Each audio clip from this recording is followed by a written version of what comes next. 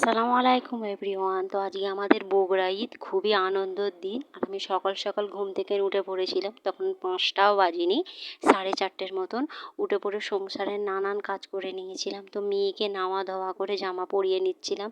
তো মেয়েকে আমি আমাদের ও বাড়ি পাঠিয়ে দিচ্ছিলাম, যেখানে আমাদের গরু কাটা হয়, জামা পরে।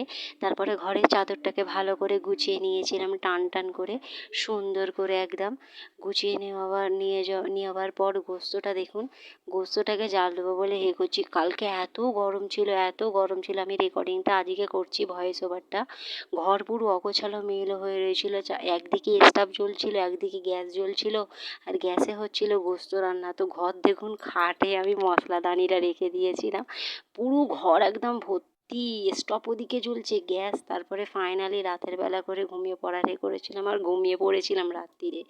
তো প্রজাপতিটা দেখুন কীরকম নড়ছে, প্রজাপতিটাকে দেখতে দেখতে অনেক রাতে ঘুমিয়ে পড়েছিলাম, সব কাজ মিটিয়ে। তো